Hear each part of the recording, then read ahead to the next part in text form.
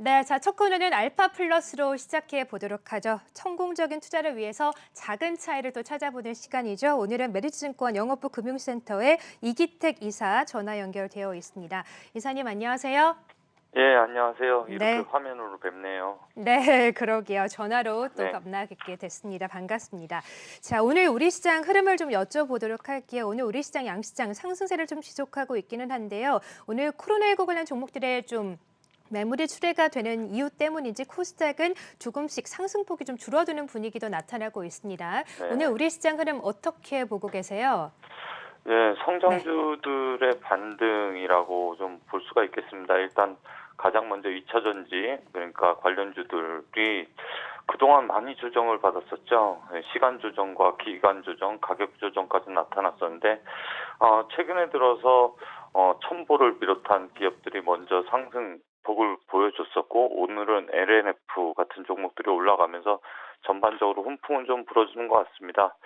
그래서 하반기에는 가치주보다는 성장주의 랠리가 펼쳐지는 것이 아닌가, 그러한 어, 생각을 좀 하게 하는 하루가 아닌가, 그렇게 볼 수가 있겠습니다.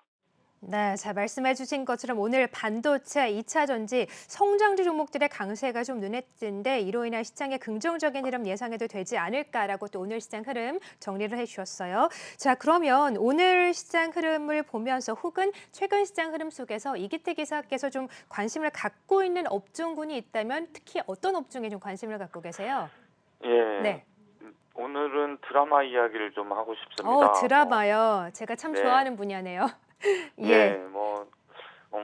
투자를 하다 보면 어느 네. 한쪽에서 성장이 좀 보이는 쪽이 있는데, 최근에 들어서 그동안 소외받았던 드라마 제작사라든가 그러한 종목들이, 어, 그 눌림에서 탈피하려고 하는 모습들이 좀 나타나고 있고요.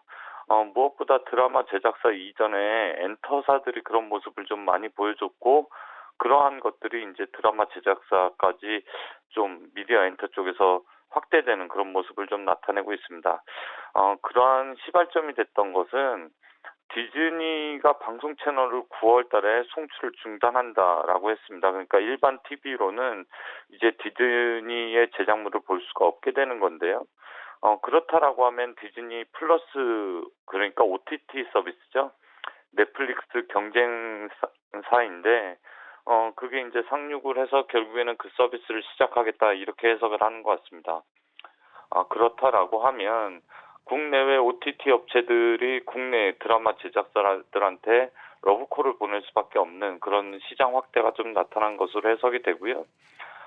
연초에 나왔던 재료가 또 있었는데, 넷플릭스에서 올해 한국 콘텐츠에 5,500억 투자하겠다라는 보도 자료가 있습니다. 이러한 내용들을 볼 때 작년에 3천억 원을 사용했었거든요. 그렇다라고 하면 OTT 서비스는 점차적으로 확대되고 그들의 출혈 과다 경쟁은 진행되는데, 그 속에서 우리나라 드라마 제작사들은 한 단계 실력을 가지고 레벨업 될 가능성이 높다, 그렇게 볼 수가 있겠고요. 전방이 열렸기 때문에 전방 쪽에서 높은 가격에 우리나라 드라마를 사기 시작한다라고 하면 국내에서도 지켜질 수가 없겠죠. 그래서 넷플릭스 월 결제 추이액은 계속해서 상승하는 모습을 좀 보여주고 있고, 국내 OTT 주요 OTT들도 아시겠지만 넷플릭스와 경쟁하고 있습니다. 웨이브도 있고요, 쿠팡 플레이도 있고요, 카카오 TV도 있습니다. 티빙도 있고요. 그렇기 때문에 이러한 OTT 경쟁 속에서 드라마 제작사들은 앞으로 드라마를 찍기만 하면 틀어줄 곳은 널렸다, 그렇게 볼 수가 있겠습니다. 두 번째로 또 하나 더 말씀드리고 싶은 것은 삼성 TV 플러스가 웹 버전이 나왔다라는 재료입니다. 이것도 어저께 나온 재료인데요. 삼성에서도 이제 OTT 서비스를 하는 것이 아닌가라는 조심스러운 삼성의 행보를 좀 점칠 수 있는 상황이기 때문에 관련된 드라마 제작사는 하반기 때 꼭 눈여겨보자라는 말씀을 드리고 싶습니다. 네, 자, 그런 면에서 오늘은 드라마 이 컨텐츠 업체에 좀 관심을 가져보자라고 말씀을 하신 것 같아요. 여러 가지 긍정적인 요인이 상당히 많습니다. 디즈니 플러스의 한국 진출과 함께 또 넷플릭스의 투자 확대 기대감도 나오고 있고요. 최근에 넷플릭스 2분기에도 역시나 사용자가 신규 사용자만 200만 명이 유입됐다고 해요. 아무래도 뭐 델타 변이 바이러스로 인해서 집에 있는 시간이 조금 더 길어지다 보니까 신규 유입자가 조금 더 증가하지 않았나 이런 생각도 드는데 여러 가지 요인들로 인해서 미디어 제작사, 드라마 제작사에 좀 관심을 가져보자라고 하셨어요. 사실 최근에 이 드라마, 재밌는 드라마들이 참 많이 반영이 되고 있는데요. 그중에서 특히나 관심을 갖고 계신 탑픽 종목은 어디에 좀 보고 계세요? 예, 네. 내공이 있는 업체죠. 삼화 네트워크스를 음. 말씀드리겠습니다. 네, 삼화 네트워크스. 네. 예, 삼화 네트워크스 하면 업력이 꽤 오래된 드라마 제작사입니다. 뭐 다들 아시는 드라마들을 많이 제작을 했는데요. 과거 내용보다 앞으로 내용이 중요합니다. 미국 드라마 멘탈리스트라는 드라마를 리메이크를 할 것을 라인업을 예고했고요. 이 멘탈리스트라는 드라마는 미국에서 이미 흥행했었고 삼화 네트워크스가 제작한다라고 하면 사실 앞으로 OTT 업체들한테 비싸게 팔릴 가능성이 높다. 그런데 과거에는 뭐 이제 방송 제작해서 PPL 붙여서 마진을 겨우 챙겨가는 그런 구조였다라고 하면 이제는 뭐 티빙이라든가 국내 OTT라든가 해외 아까 말씀드렸듯이 넷플릭스라든가 뭐 디즈니 플러스 어디서든 이 OTT를 자체적으로 IP를 갖고 있는 OTT에서는 드라마를 가져가려고 하기 때문에 삼화 네트워크스는 주목받을 만하다 그렇게 말씀을 드리겠고요.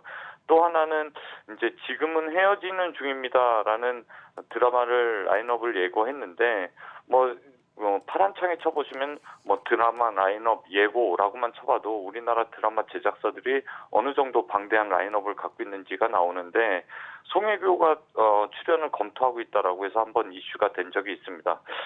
그렇기 때문에 하반기에는 재밌는 드라마를 보고 집에서 있는 시간이 더 길어지지 않을까. 주말에는 집에서 OTT를 보지 않을까 그런 예상을 좀 하게 하는데요. 과거 중국형 드라마 판권 가격 추이를 볼 때 제일 비싼 게 회당 판권가가 40억 정도 됐었거든요. 뭐 당신이 잠든 사이라든가 태양의 후예, 뭐 함부로 애틋하게 뭐 이러한 드라마들이 그랬는데 별에서 온 그대 이후로 점차적으로 회당 판가가 올라가고 있는데 최근에 OTT가 그러한 역할을 좀 해주고 있어서 방금 전에 말씀드렸던 미드 드라마 멘탈리스트라든가 지금은 헤어지는 중입니다. 이러한 라인업들을 놓고 봤을 때 삼화 네트워크스는 지금도 충분히 저평가다 그렇게 볼 수가 있겠고요. 그렇다라고 하면 삼화 네트워크스는 만약에 우리나라 이외에 글로벌 OTT한테 드라마가 제작된다는 뉴스만 나와도 그 기대감 때문에 정고점 부분까지는 트라이를 하지 않을까 싶습니다. 그래서 삼화 네트워크스의 목표 주가는 한 6,000원 제시해드리겠고요.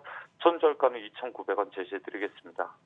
네, 자, 이 드라마 제작사 중에 탑픽 종목은 이제 삼화 네트워크스를 꼽아주셨습니다. 이기택 기사님, 이런 드라마 제작사 관련된 종목들은 보통 주가의 움직임이 이 드라마 흥행과 좀 연관이 있습니까? 아니면 그 라인업의 연관이 좀 많이 연동이 되는 편입니까? 최근 삼화 네트워크스가 다른 종목 대비해서 좀 주가가 못 오른 네. 것도 아니고 좀 하락세거든요. 그 부분을 봤을 때 좀 어떻게 저희가 포인트를 가져가는 게 좋다라고 보세요? 네, 네. 제가 말씀드리고자 했던 건 A스토리라든가 음. 펜엔터테인먼트, 중소형 제작사들이 사실은 지금 현재 가장 큰 스튜디오 드래곤과 밸류 그리고 가격 차이 괴리가 상당히 많이 벌어져 있습니다.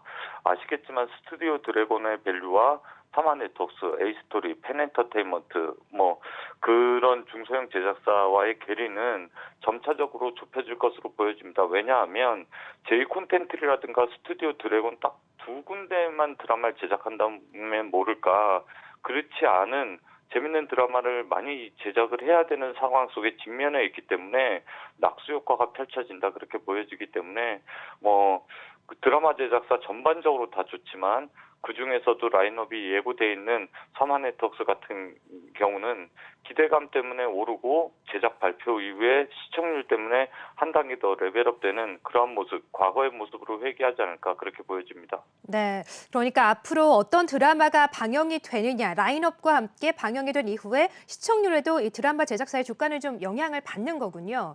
예, 그렇습니다. 네, 그렇군요. 다른 드라마 제작사 대비해서 지금 주가가 좀 떨어져 있긴 하지만 다른 종목들과 함께 격차를 조금 줄여나갈 것이다. 또 저평, 한마디를 첨언하자면요. 네, 말씀해 주시죠. 예, 예, 덱스터 같은 경우가 승리호를 통해서 사실 그렇죠. 제작의 능력을 보여줬잖아요. 네. 그러니까 승리호를 250억에 만들었는데, 저희가 보면 글로벌리하게 이렇게 제작할 수 있는 능력과 기술을 같이 갖춘 나라가 우리나라뿐이 없거든요.